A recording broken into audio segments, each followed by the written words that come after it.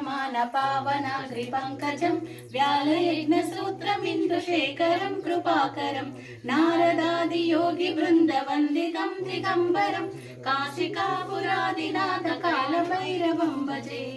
भानुकोटिभास्वरं भवाब्धितारकं परं नीलकण्ठमीशितार्थदायकं त्रिलोचनं कालकालमम्बुजाक्षमक्षशूलमक्षरं काशिकापुरादिनाथ कालभैरवं भजे।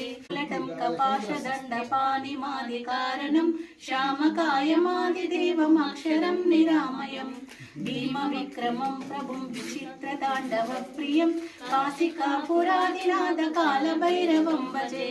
भुक्तिमुक्तिदायकं प्रशस्तचारुविग्रहं भक्तवत्सलं स्थिरं समस्तलोकविग्रहं निक्वनन्मनोघ्नहेमकिनीलसत्कटिं काशिकापुरादिनाथ कालभैरवं भजे।